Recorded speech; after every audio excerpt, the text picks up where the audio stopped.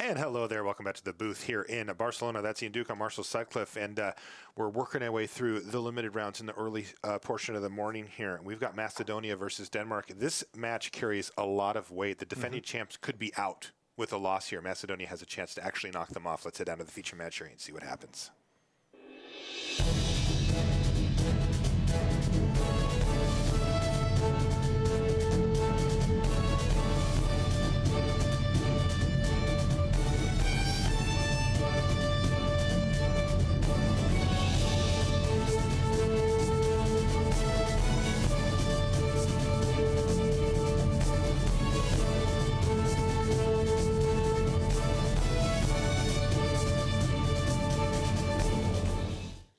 Hello and welcome to coverage of the World Magic Cup. I'm Marshall Sutcliffe in the booth with Ian Duke, and we're heading into round 8 here. Round 9. We've got Macedonia playing against Denmark. Now, Ian, I want to tell you here, you can take a look at some of our players here. This is a big match. We're in pool play now, and Macedonia, coming in with the higher seed in their pool, is now playing against Denmark, who is lower seed coming in. They've lost their first one. Macedonia's won their first one. What that means is if Macedonia picks up a win here, they're through, and Denmark is done. They are not repeating as World Magic Cup champions here. We're going to start things off on our table A. That's Miro Popov versus Martin Dang. You take a look at Martin here. And Ian, we've actually got a mirror match here in Team Sealed. It's blue-white on both sides. Yeah, we sure do. Both decks look excellent. I was looking over the deck lists there. They're the classic blue-white archetype, a lot of defensive cards early on, a lot of removal spells, and then both decks have different powerful top ends leaning on rares and mythics to get that job done. Won't give you any spoilers just yet, but we're going to see some powerful cards get played in this matchup for sure. Okay, well, let's see how things start to unfold here. Miro Popov starts things off with a solid 2-drop with Fortified Rampart.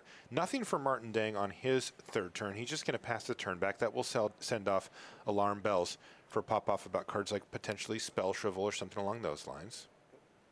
Nothing, though, for Martin Dang on turn 3 or turn 4 here. Yeah, both these decks have built their low end to be more defensive. You can see the Fortified Rampart here from Miro Popov. And both decks are packing cards like Sheer Drop and Gideon's Reproach. So it's not a huge surprise to see them both taking it slow in these early turns. I think we're just going to see them focus more on getting up to their 5-6+ drops that can actually make a huge impact on the game. And we do see a Ghostly Sentinel here from Martin Dang. It worked out beautifully for Martin, by the way. He just didn't have anything in those early turns. He kept a very slow hand, and he's being rewarded for it here as he rumbles. Now, Gideon's Reproach does threaten to take down the Ghostly Sentinel, and in fact does.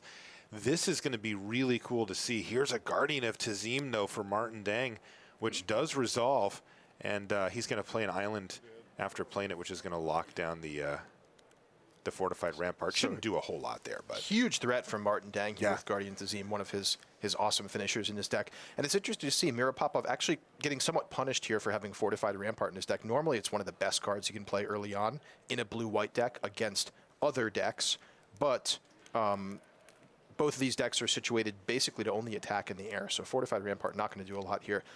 And there comes Angel of Renewal. Angel of Renewal, right? Which looks not very good here. It's a 4/4 for 6 mana with flying, which normally, pulls its weight just fine, but Guardian of Tazim just happily trudges right past it as a 4/5. Yeah, not only that, but Guardian of Tazim can actually tap and lock down the opposing flyers from Miro Popov. So that's going to be a card that Popov is going to want to try to get off the table as quickly as possible. Speaking of, holy smokes, there's an Emiria Shepherd. Now, you hinted earlier at the potentially high power level at the top end of Martin Dang's list here, and here's part of it. Emiria Shepherd. This card demands a nearly immediate answer, or it completely dominates the table. I was thinking for a moment Popov might be able to untap and say Sheer Drop that Guardian of Tazim and breathe a sigh of relief at getting that big threat off the table. But now the big threat is actually Emiria Shepherd. It's not going to do him any good to take that Guardian of Tazim off the table as long as Emiria Shepherd stays there. Wow, that is a truly ridiculous curve there, by the way. Guardian of Tazim into Emiria Shepherd? Yeah. What? We're going to see some pretty huge answers here. It looks like Royal Spout is going to be the card of choice here. And interestingly, he's going to take out the Guardian, which is going to allow him to attack with his island here. The he would also be able to attack with the Angel, except for it was locked down by said Guardian of Tazim. So a minor setback there for Dang as he takes 4 damage, but that was the first damage he took of the game. It's not like the tempo game is going to run him over, at least at this point. And Dang sitting on a pretty stacked hand here. It looks like not only does he have the Guardian of Tazim that he just redrew again, but also Clutch of Currents, Gideon's Reproach, and Stasis Snare. So he's going to have plenty of tools with which to sequence the next couple turns and keep Miro Popov on the back foot.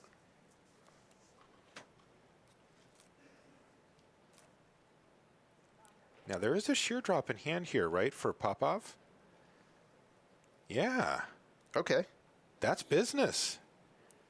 Martin has attacked there with his Emeria Shepherd, and it is now vulnerable to sheer drop. Interestingly here, Popov can also put all the counters on that one island and get a big attack in. It's a risky proposition, though, against a blue-white deck, which has numerous ways to bounce or otherwise interact with that.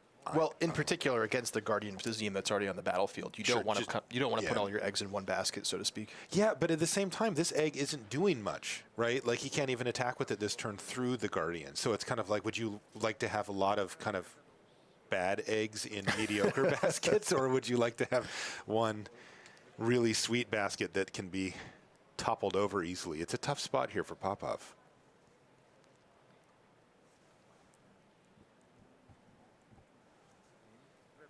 So certainly I think we'll see that sheer drop. That part's easy. Yeah. Yeah. If he has another way to interact with the Guardian, I definitely like diversifying out my threats. And he does have the Clutch of Currents, but I think he's going to want to wait and just get maximum value out of all of his cards in hand at this point. And he does diversify. So you're saying he could be aggressive here and just clutch? Wow, he is. Oh, wow. Okay, I'm a little bit surprised by this. I am too. He's getting in for 8 damage. It's not a small amount here. Yeah, that's true. He could threaten to end the game as soon as next turn. But this is the problem. Here's Gideon's Reproach now from Dang, and Dang also has a Stasis Snare in hand, Ian. So, yeah. You know, if Dang decides that this has gotten a little bit too scary, as far as the tempo game goes, he can take a couple of turns off from recasting his Guardian and just take care of the threats. Yeah, and Popov is basically out of proactive threats here. With his last card remaining is just a second copy of Sheer Drop, which, you know, he can't even really use until Martin Dang is ready to start attacking again. Does Martin have... Huh. Well, it looks like Martin may have mistapped his mana a little bit here. He's failed to leave himself Stasis Snare available. Yeah, I wonder what was going on with that. I think he may have just overlooked it. Yeah, it's possible. I mean, I know he wanted to play the island after playing the Guardian of Tazim, but he could have tapped in a different way to leave up double white. Exactly. It could also just be he's decided that he's not going to be playing the Stasis Snare on one of those lands, since he does have Clutch of Currents in his hand to take out the 4/4 land. And so by not leaving up double white, you actually obfuscate the fact that you have access to Stasis Snare. That said, that is true. I think you do just want to leave the option open in general. I think that's getting a little bit too next level. And here comes Clutch. And you can see him a little more careful with that mana this time as he's left up the Stasis Snare. So this is, of course, the downside. And the interesting part about these Awaken-style mirrors is that Clutch of Currents can undo a lot of the work that you've done. And that's, I think, why, you know, you were surprised earlier, Ian, to see Popov use his Clutch of Currents without Awaken.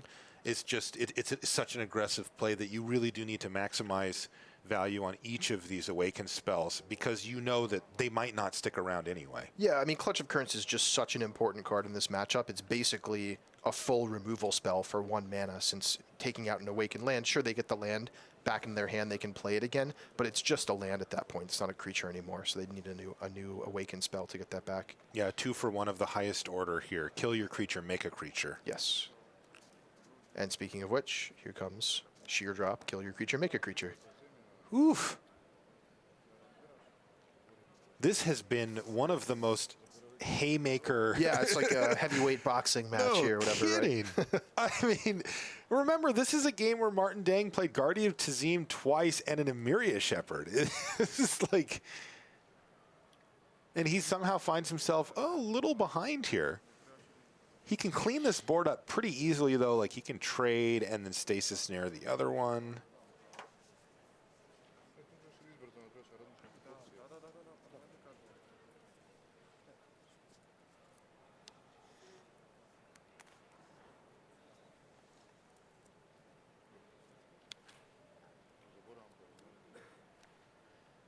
And let's see what Dang finds here. I think he found a retreat to Emiria off the top of his library there. A little late, but fine. He's going to immediately play a Plains and make himself an ally and pass the turn back. He's only facing down the 3-3. He decided last turn to not use Stasis Snare on it and instead just take the damage. Martin Dang has now taken 6 damage from this awakened island. I think he's more worried about Popov playing something like a flyer here, like that. Yeah, Ghostly Sentinel, a big threat with Martin Dang on 6 life here. Let's see what he can put together off the top. I mean, we do know he has the Stasis Snare, right, still? He does, yeah.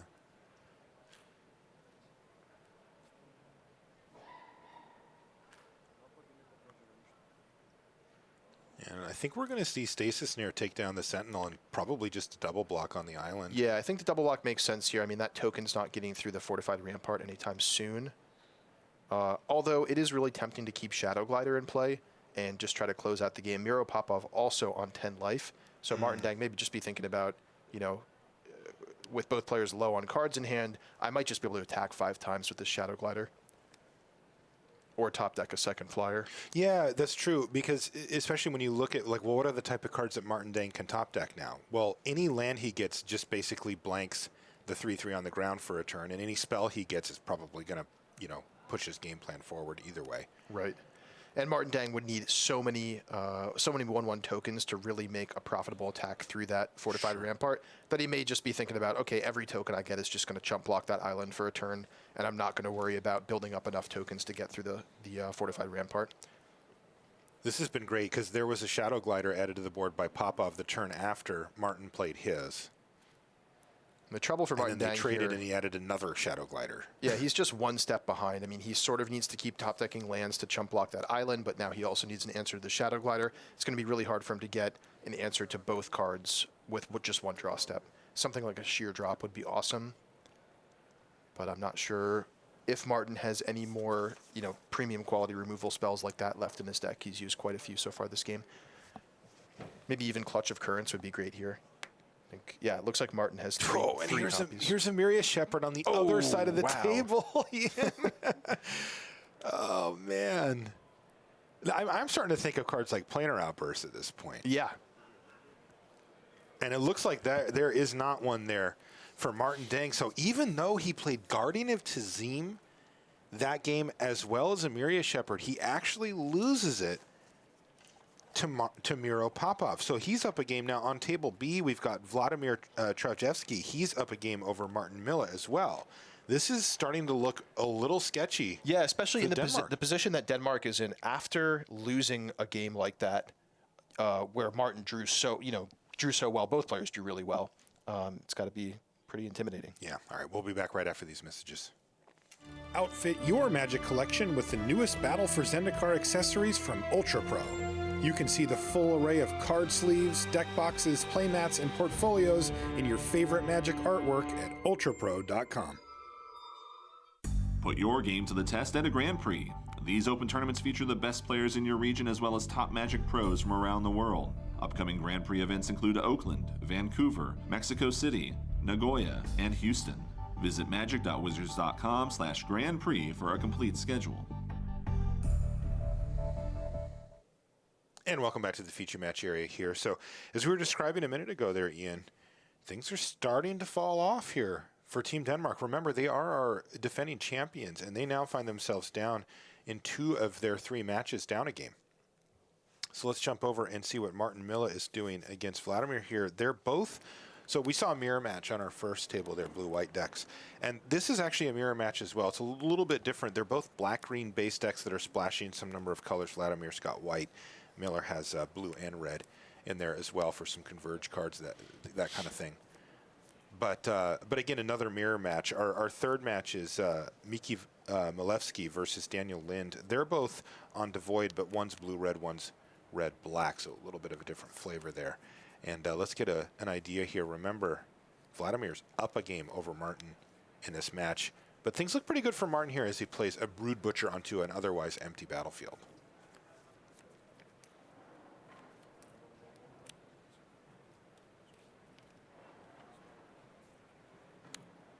An Eyeless Watcher for Vladimir looks fine. Not exactly the same power level as a Brood Butcher.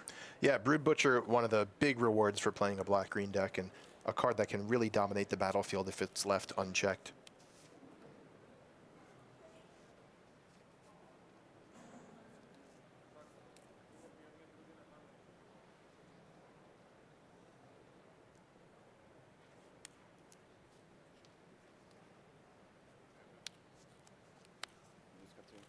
And that looks like a Myers Malice there for Martin. So 2 of the 3 cards that Vladimir has left are going to hit the graveyard here. And yeah, I love that card. Yeah, I like that card quite a bit. I'm a huge Mind Rot fan in general in Limited, and this card is a lot of value. Yeah, he did, of course, pay the Awaken cost as well, so he's going to get a 3/3 land out of the deal as well.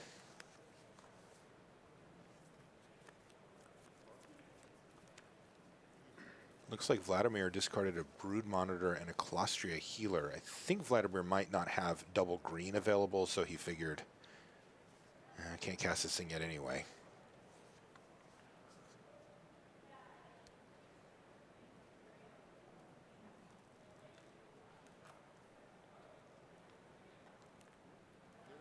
He's got a nice hand left, though. Woodland Wanderer and Tadru Beastmaster.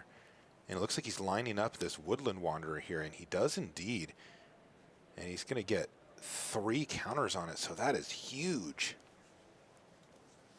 That's a 5/5 Vigilance Trample Woodland Wanderer. Right, it's just going to keep slamming in. Now, Martin does have some blocks that he can make here, but that is going to make life difficult. Here's Pilgrim's Eye for Martin. Just go find a forest. Again, though, the Brood Butcher really kind of wreaking havoc here. As effectively, at least on board, Martin can trade a Scion and his land off for...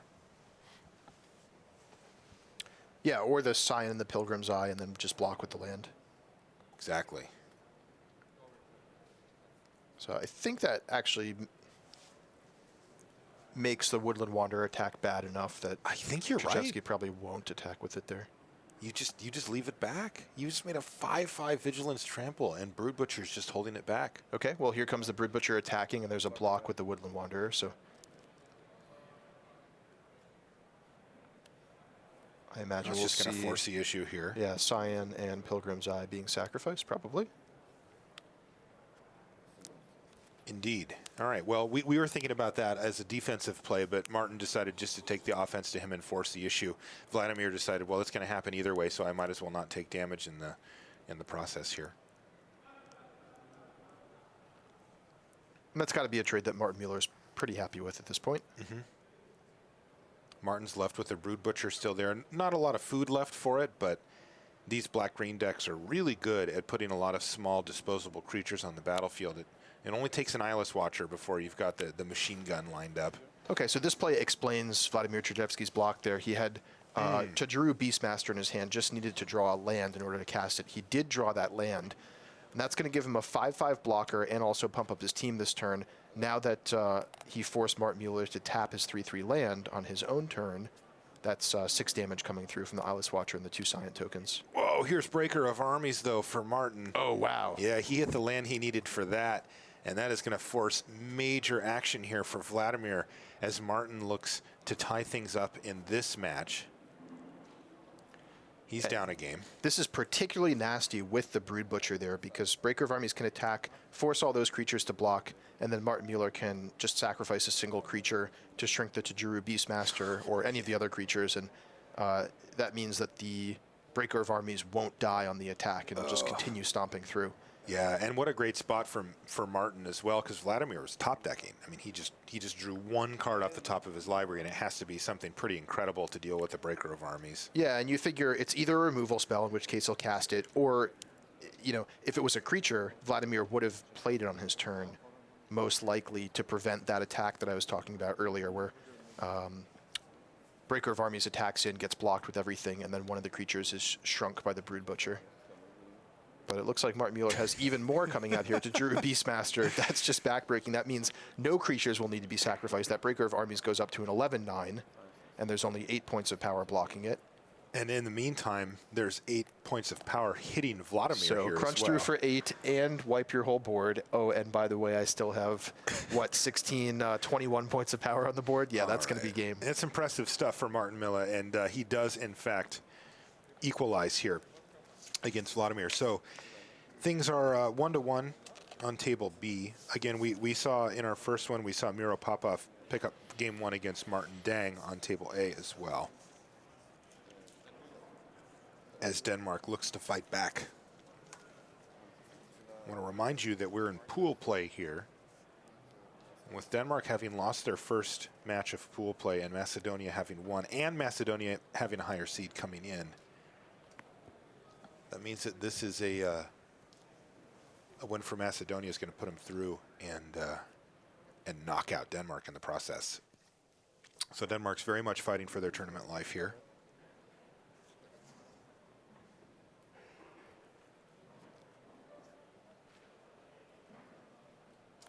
As we see players shuffling around, and it looks like we're going to jump back over to Miro Popov versus Martin Dang. Again, we find a blue-white mirror here between these two players, and I would expect some pretty extensive sideboarding to have happened as well. There's some cards like Fortified Rampart that you mentioned earlier, Ian, that just don't look good in the mirror.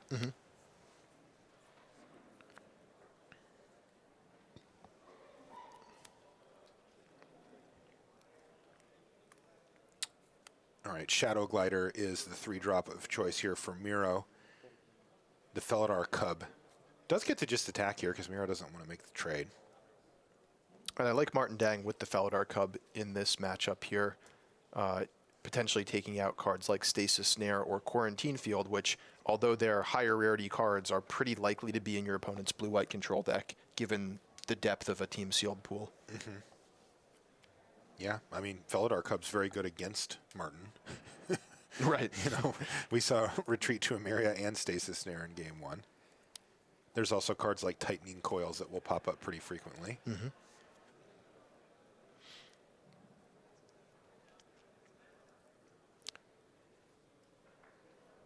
So Martin Dang, a pretty powerful hand there we have displayed on the right. Whoa, that's aggressive. He just Clutch of Currents. Ah, that explains it.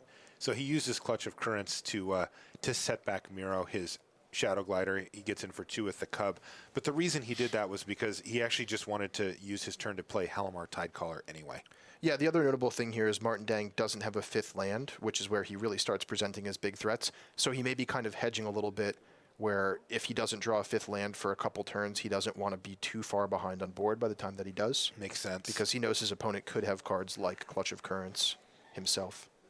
And this also does clear the way for yet another attack. Yeah, Miro actually has sensed here that the tide may be turning against him, and he's going to block.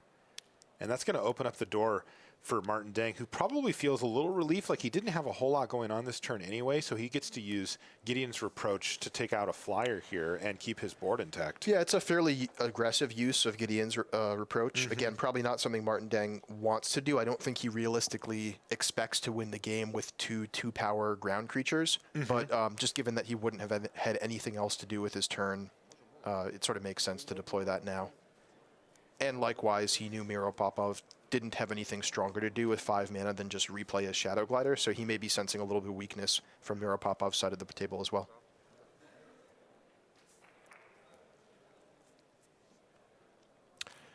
So looking at Popov's hand there, He's got an Eldrazi Devastator in hand. Yeah, he's also got a Stasis Snare, which is why we see the the Sheer Drop take down the Felidar Cub here. But it looks like both players sort of 1 mana short of really starting to play some powerful threats.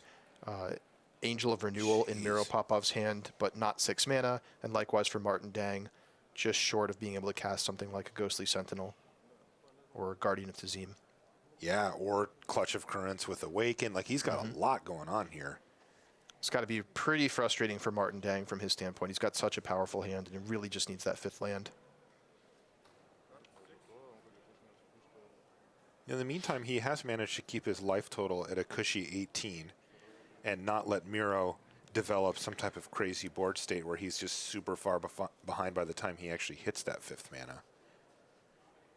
And this is such a different game than we saw last time. I mean, the previous game was just both players curving out really nicely into 5, 6, 7 drops and just answering back and forth with removal spells. This game is like both players just slightly crippled in terms of their mana bases here. This is really funny, too, because Popov drew his card, had a little chat, and then just passed the turn back. And you see Martin Dang goes, I just know you have a Spell Shrivel. No, didn't play it. He does have it, though, right? Or is it a Tightening Coils in his hand? Yeah, it looks like it's a Tightening Coils. There's land number 6, and Martin does get to hit the Shadow Glider. You saw that look on his face, but his spell does resolve. And let's see what Popov has lined up here. He's going to play Clutch of Currents to get rid of the Glider. Now, this is where things can get out of hand because Martin Dang, having missed land drops and been a little bit behind here, is going to be really susceptible to a lot of these plays. Now, as it turns out, Miro's going to take a little bit more of a conservative route here and not attack. I'm a little bit surprised by that. So the argument for... So he could play the Angel of Renewal there, since he top decked his 6th land. The argument for not doing that is it's weaker to a tempo play like Clutch of Currents, but then again, so is Awakening a land. Yeah. And he does get his land Clutch of Currents back. Now he's going to play the Angel, gain a life, and pass. And theoretically, he has stabilized his board here. There's that critical 5th mana now for Martin Dang. Now, Martin's got another Clutch of Currents in his hand. Remember, he had one from before, and he also bought one back, so he can just go for it here and get the Angel out of the way. He's not going to be able to attack with his newly awakened land quite yet, but he could next turn. Yeah, I like this play. It sets up for next turn if Martin Dang were to top deck another island or even really any land. He can play Guardian of Tazim, then play a land afterwards and tap whatever blocker Miro Popov leaves up, which is probably the Angel of Renewal again.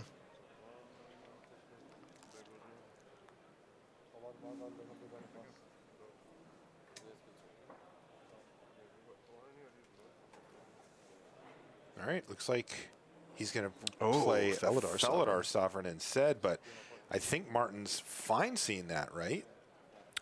He has the win here. Remember, these creatures both have flying. So there we go. Yeah, he just picks up the win. I mean, he can just fly over. Yeah, Miro Popov really needed to play a flyer there to make sure that he could block and force Martin Dang to have another tempo play, a bounce spell, or removal spell. But he just played the big ground creature. I think he forgot. I think so too, yeah.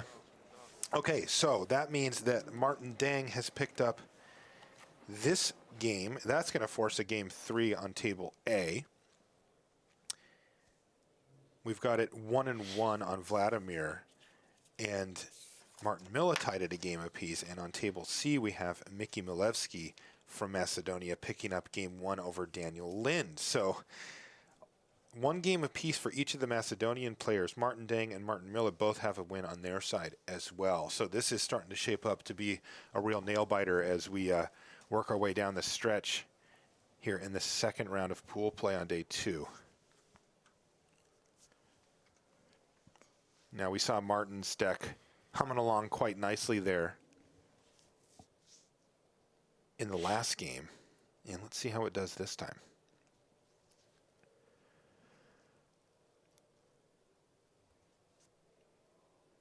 Vladimir Trajewski is going to crack an Evolving Wilds and try to set up something for next turn. In the meantime, Snappy Gnarlid for Martin.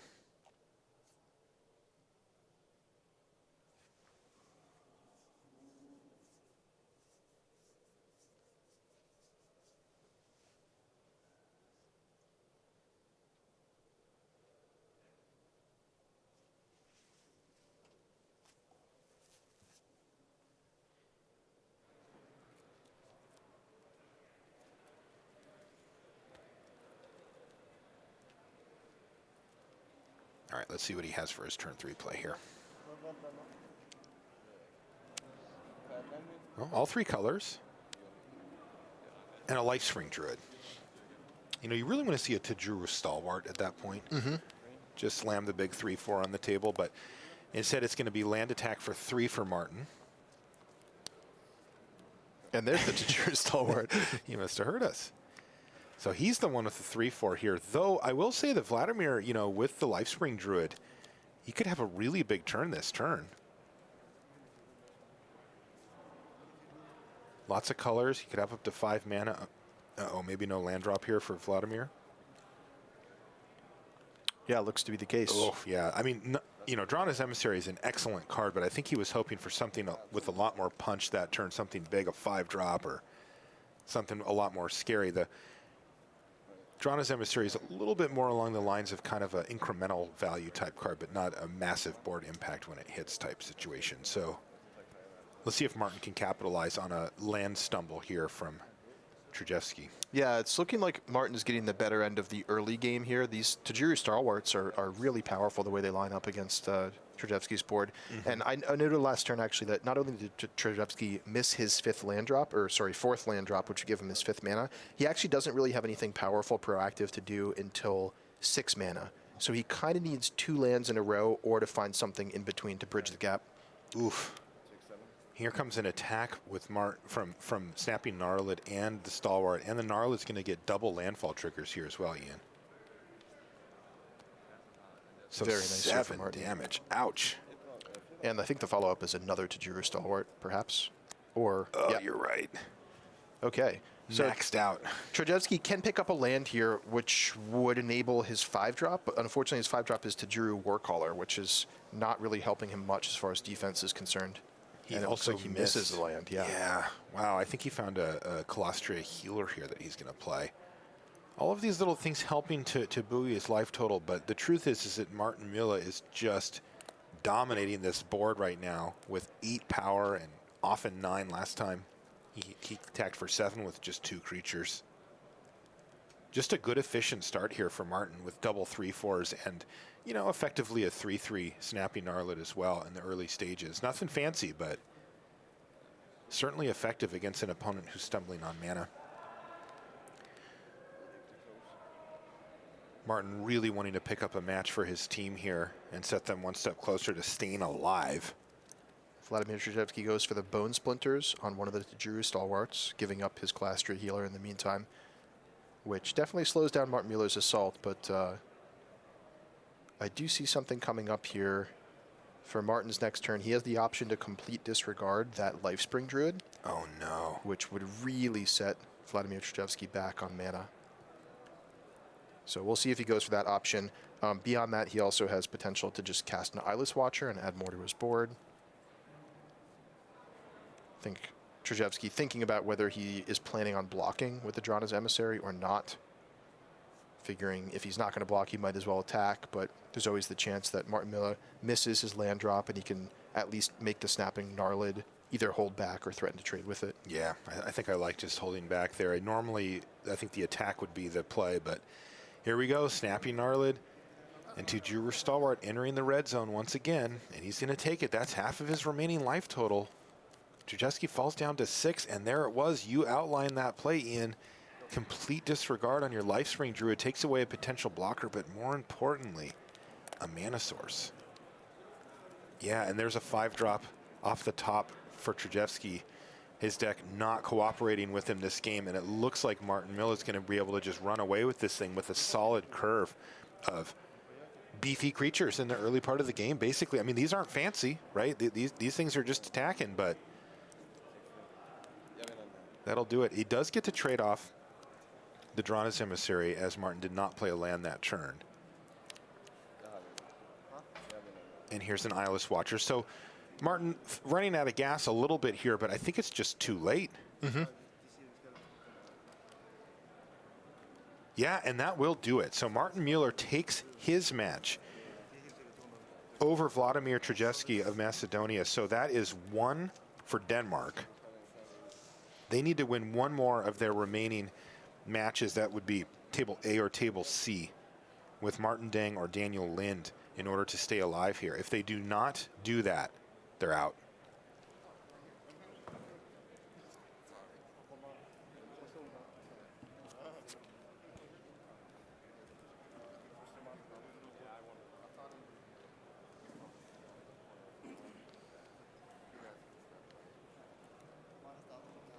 You can see the players shuffling around here as we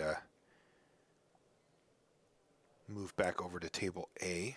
Miro Popov versus Martin Deng. This is the blue-white mirror. This has been a really interesting match that the games have played out significantly different from each other in games 1 and games 2. 1 going to Vladimir, 2 going to Martin Deng.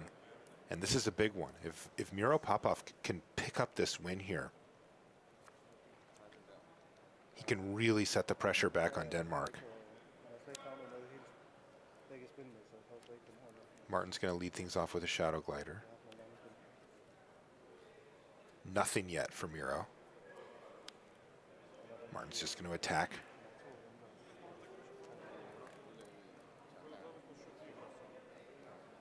Now it's double Martin fight over there as well.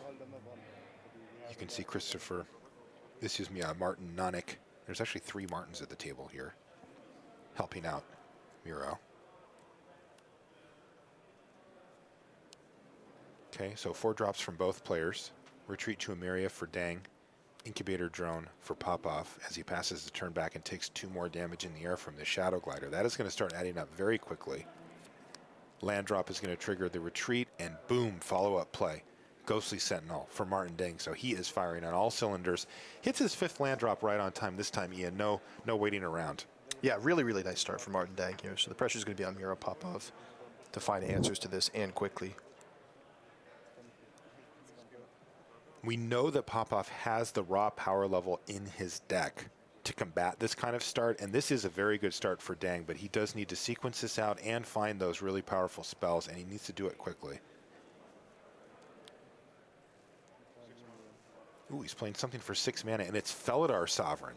Okay, so this is a bit of an all-in move from Miro Popov, realizing that he needs to stabilize quickly, so his best chance is just getting this powerful Felidar Sovereign onto the battlefield.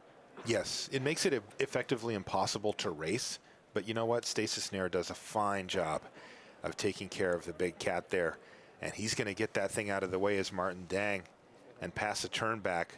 Another great turn for him, and this thing could be over very quickly. However, something really interesting here. It looks like Miro Popov has his own copy of Felidar Cub, perhaps, although we'll have to double-check that for you. It's possible in our hand viewer that was referencing the Felidar Sovereign, so we'll double-check that for you guys.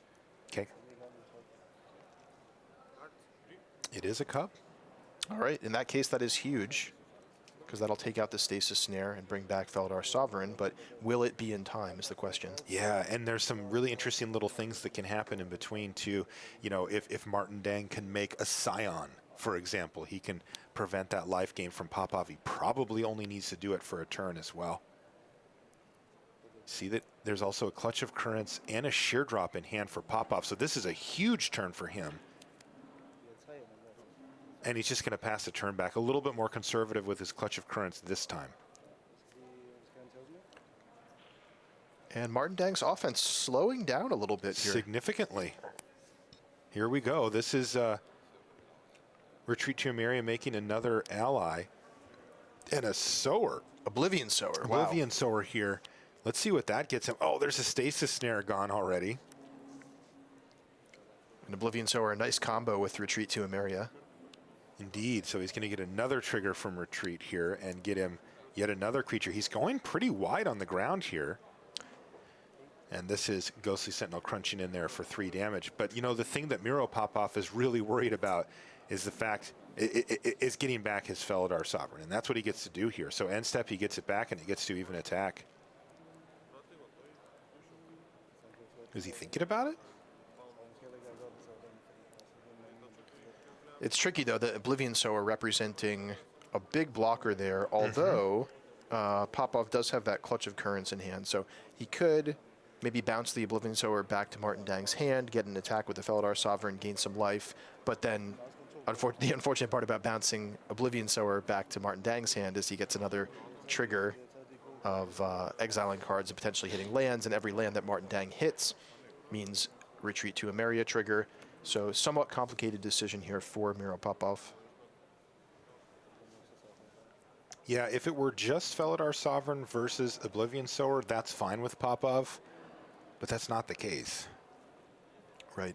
Yeah, Martin is generating a lot of advantage, and Popov decides not to crack his Felidar Cub here. Leave that Sower as the biggest creature on the battlefield. Yeah, I think he figures he's not going to go for the plan that involves attacking with Felidar Sovereign this turn, so he might as well keep the Cub, allow the Cub to block the Oblivion Sower for a turn, or at least represent blocking it, and then get the Felidar Sovereign back at a later time, maybe when he's ready to attack with it. Yeah, I mean, look, the Felidar Cub is effectively representing a block by the Felidar Sovereign at this point, which is going to hold back all of the allies and probably the Sower as well. The other thing I'm sure Popov is thinking about is if you were to get back the Felidar Sovereign at end of turn or now on his own turn, then that would allow Martin Dang to play a sorcery speed removal spell or bounce spell like Clutch of Currents to remove it before Martin Dang's combat on his own turn. Yeah, if he's not going to attack with it anyway, he doesn't want to open that door. So leaving the Cub in play sort of represents a Felidar Sovereign at instant speed, which is more powerful and reliable. When you're blocking. When you're blocking. Yeah, totally. Popov down to 8 life here. Martin Dang still at his original 20.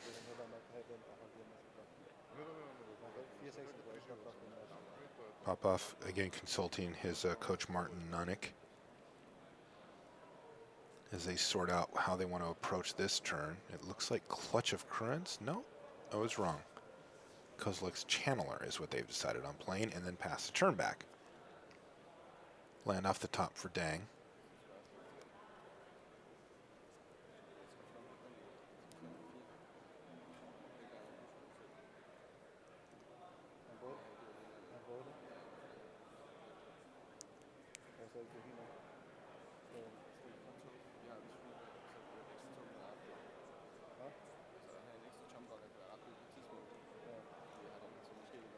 Again, that's Martin Miller in the background helping out Martin Dang. 2 players that you will see at the Pro Tour often, one of them a PT champ. Mueller does have a Pro Tour top 8 on his resume as well. So with the addition of Shadow Glider here to Martin Dang's board, this represents lethal in 1 attack. And that's going to force Miro Popov's hand either as far as using the Felidar Cub to get back the Felidar Sovereign, or Which using, he did not do, by the way. Which he didn't do, or using Clutch of Currents to bounce one of those flyers. Yeah, he just went to untap pretty quickly there, and he may have missed that window. Because he has to gain some life or have some way to deal with the flyer. I guess he just priced into using the Clutch here on the Ghostly Sentinel. Yeah, it looks like he may have a copy, his own copy of Shadow Glider as well. But you have to figure if you're going to rely on blocking with Shadow Glider, then you probably might as well have gotten back the Felidar Sovereign anyway, since there's the same problem with leaving the Shadow Glider back to block and that it could be removed at sorcery speed before Martin Dang's combat. But yeah, it looks like he did kind of force himself into using the Clutch of Currents there and adds the Shadow Glider as well, but this is only kind of a temporary measure. Right, that's the problem. And retreat to Emeria. He's actually going to pump up his team. Yeah, so he's going to make the Shadow Glider into a 3/3, which allows it to attack through the opposing Shadow Glider potentially here. And Miro Popov is going to fall to 2 life here. This is game 3 between these 2 players.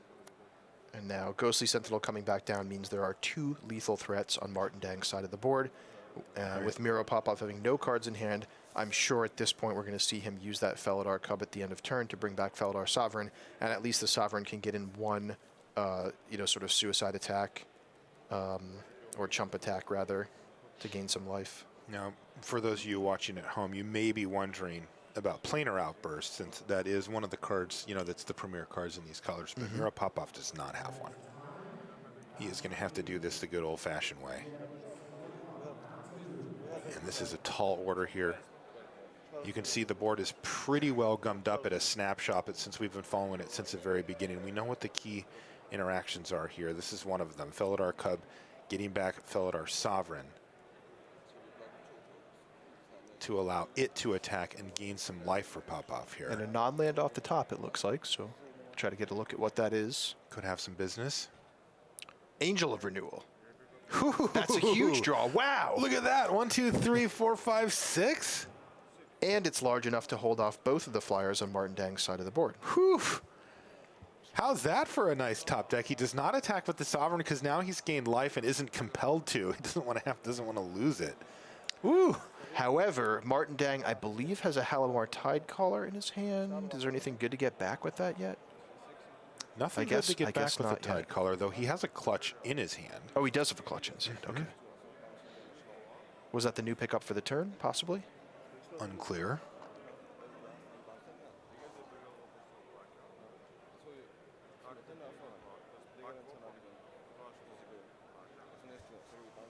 Looks like the two Martins discussing here what the plan is.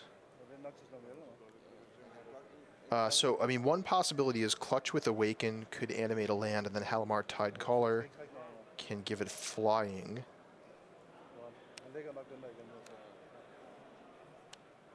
I don't know if Martin Dang has enough mana to do all of that in one turn, though, is the problem. And if he does bounce the Angel of Renewal, it's just going to come back down again and gain more life. So let's see what's going on here. It looks like Clutch of Currents on the Felidar Sovereign. Right. With Awaken, animating that land.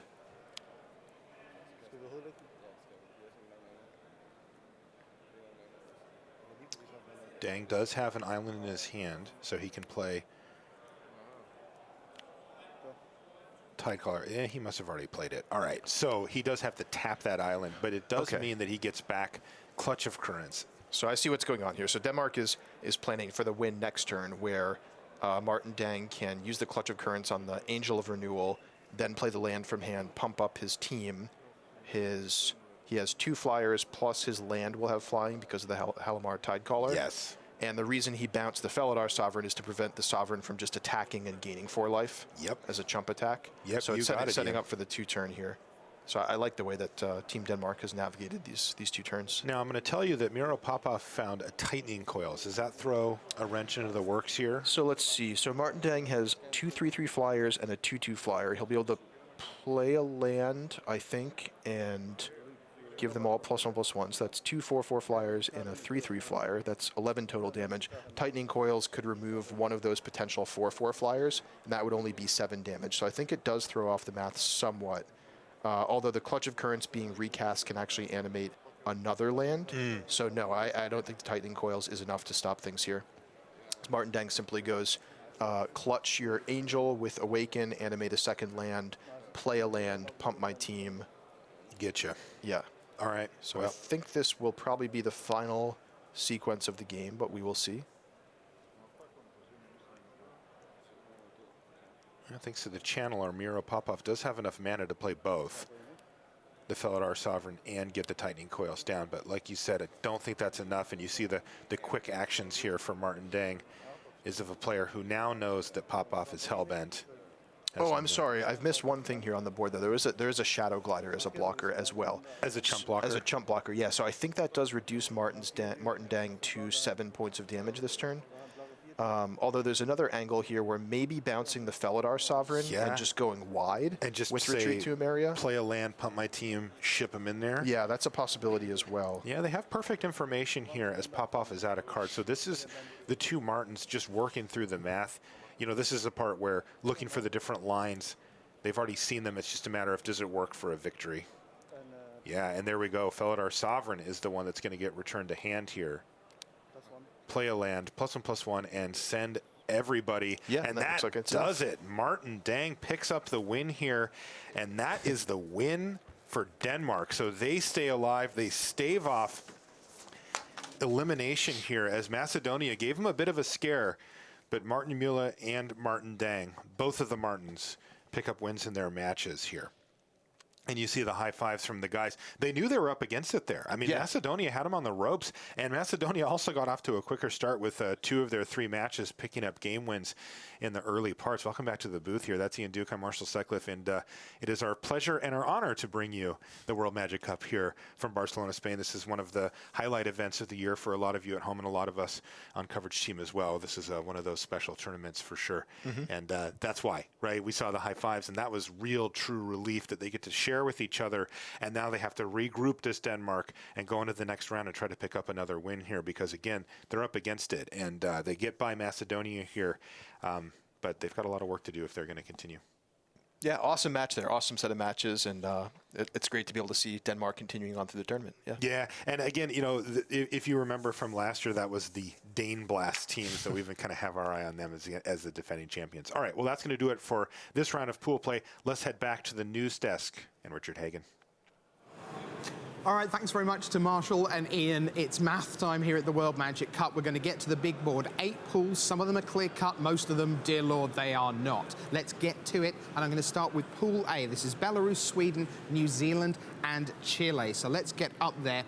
Right now, we know that Chile are done because they are a bottom seed, and they are at 0-2. We're waiting for the result from the 2 winners from round 1. That's Belarus and New Zealand. If Belarus win that one, they're through for certain. Sweden are at 1-1. They know that if they beat New Zealand in round 3, regardless of what happens in the New Zealand-Belarus match, Sweden are through, because if you're a top 2 seed, 2-1 is enough. Let's head to Pool B then for you. Macedonia, Iceland, Denmark, and Scotland. Now, we've just seen the result come in of the Denmark match just moments ago. We know that Denmark are now up to 1-1, and Macedonia are also 1-1. What that means is that if Denmark beats Iceland, psychically, I'm going to tell you they're going to. If Denmark beats Iceland, they will be through because they will get to 2-1, and then it will be a shootout between Scotland and Macedonia. Macedonia at 1-1. If they win, they would finish at 2-1. They would own the tiebreak over Scotland, who were the bottom seed. If Scotland lost, they'd be 2-1. Macedonia and Denmark would go through in that scenario. So Scotland, despite being 2-0, this is the price of being a bottom seed. You're not through for sure.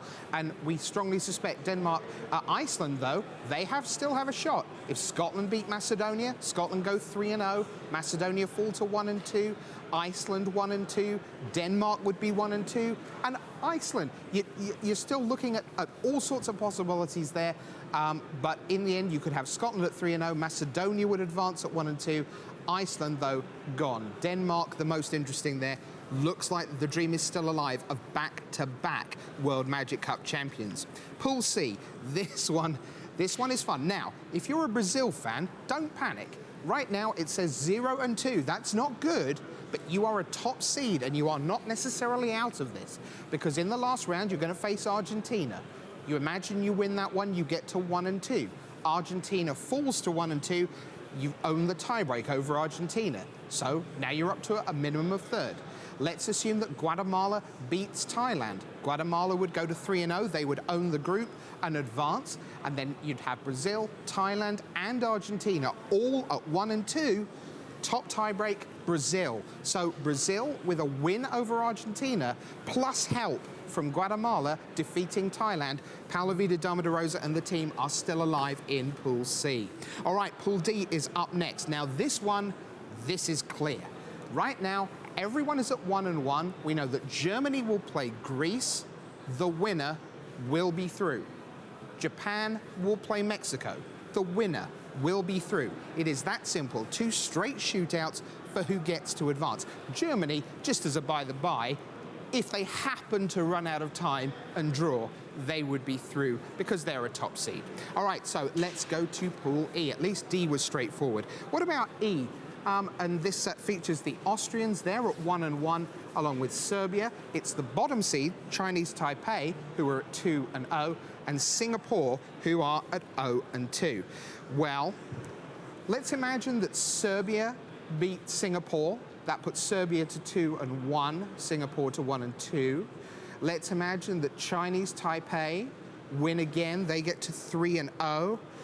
But if Chinese Taipei lose to Austria and Serbia beat Singapore, Chinese Taipei will be the 3rd team on 2-1. We could see Austria and Serbia advance. So Chinese Taipei, a bit like Scotland earlier in the pools, not through yet, despite being 2-0. Let's take you to Pool F. This is the group headlined by France, Pierre Dajon and the team, and they are safely through. Super easy there. 2-0 for a top seed, 2 wins. That gets you in, and Pierre Dajon's just gone, yay, in the background. We're in, go France, at 2-0. The Netherlands Well, look at that. 0-2, Jelga Wiegersma, Thomas Hendricks, they are at 0-2. The Philippines will play France. We're waiting for the result of Poland-Philippines, so lots to still resolve in Pool F. But we do know that France are in because they were a top seed. Pool G is up next. This is Paraguay, Turkey, Italy, and Australia. And here we have Italy at 2-0. Great job by them. Turkey and Australia 1-1, and Paraguay, the top seeds, are 0-2.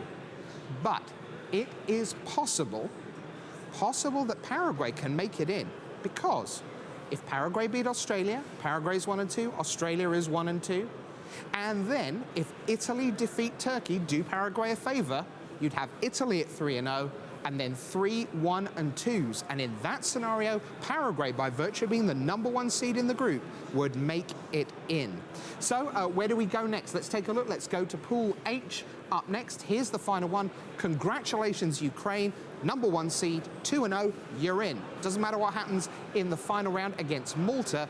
Had a phenomenal day yesterday, but they are gone. There is no way a 1-2 bottom seed can make it in. So Malta is out of the World Magic Cup with one round of pool play left.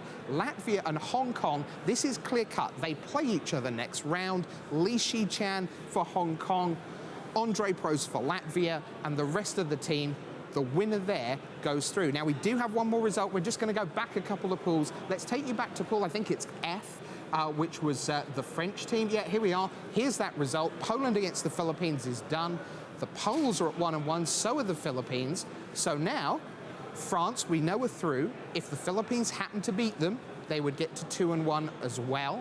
And then if Poland beat the Netherlands, it would be 2-1 as well. So right now, what the Philippines need to do is beat France to get to 2-1, and then hope that the Netherlands beat Poland, at which point France and the Philippines would advance. One more result coming in. Let's go to Group A for you. Right up the front here, this is Belarus, and we have a draw. Well, that messes with things very nicely. Thanks for that, Belarus and New Zealand. So now Sweden at 1-1, 3 points essentially, will face New Zealand with 4, and Chile with none will face Belarus with 4. So right now, Chile done. You're certainly looking at a shootout between, looks like a shootout between Sweden and New Zealand. Yeah, that looks about right to me. Sweden, New Zealand playing off. So Jo Larsson for Sweden up against New Zealand for Jason Chung. And just one more to bring you, because we're right near the back end of the round. Pool B for you. Let's take a look. And here we have Macedonia 1-1, Denmark 1-1. That's updated now. Scotland, as we know, 2-0. Iceland at 0-2. So that finalises Pool B. That is the state of play, and Scotland 2-0. They're sweating mightily. They snuck in the back door, finished 31st yesterday. They're 2-0 now, but it looks like they may have to beat Macedonia to secure a place in the top 16. Brian David Marshall's been out on the floor talking with Team Scotland. All right, I'm here with Team Scotland, national champion Stephen Murray. Stephen, introduce us to Team Scotland. Hi, well, I'm Stephen. This is Martin Clement here. This is Grant Hislop, and this is Ray Doyle. Excellent bunch of guys we have here.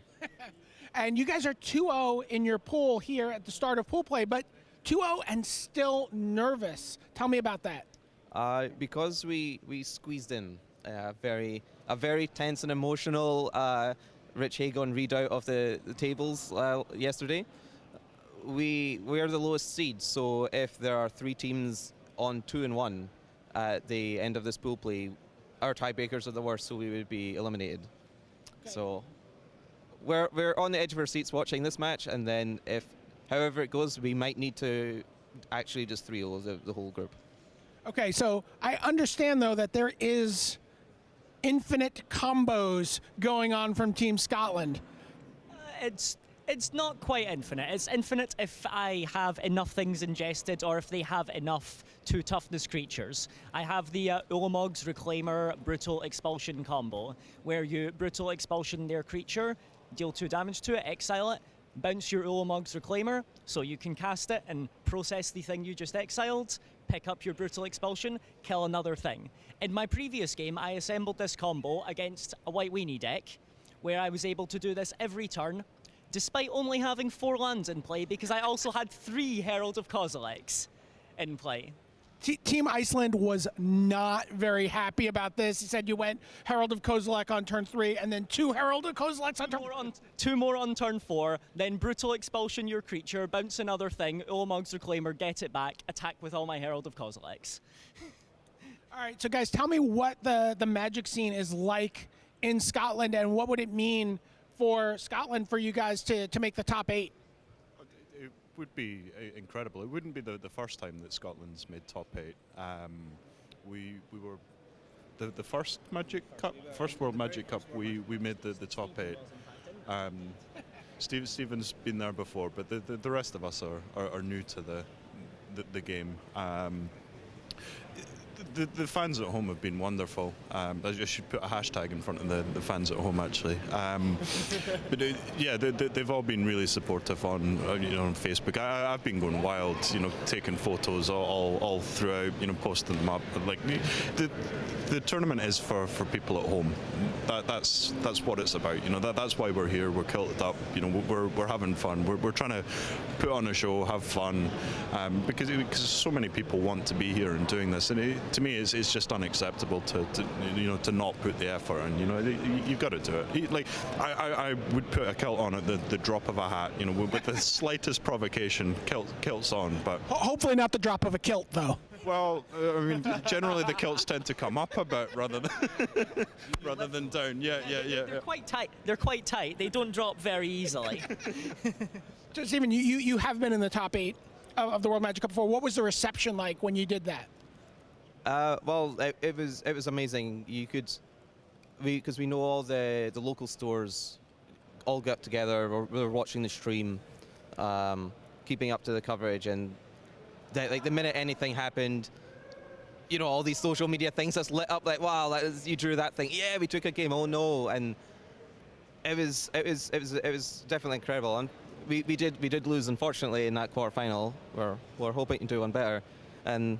As Grant's saying, it is a fun tournament. It's a fantastic tournament, but it's not so fun that we're not trying to win very hard, even if it requires many Goblin Warpaints to get it done. Yes. Which seems fitting for Team Scotland. Well, there's no actual Highland Berserkers, so we need a similar card at the same mana cost. So. You've got Scotland a little nervous here. You just said 2-0. You're worried. Give us some words of encouragement to the people at home about why you guys are going to do well.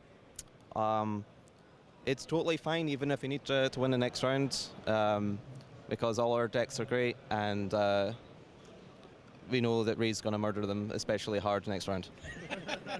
Excellent. So Team Scotland here at the World Magic Cup.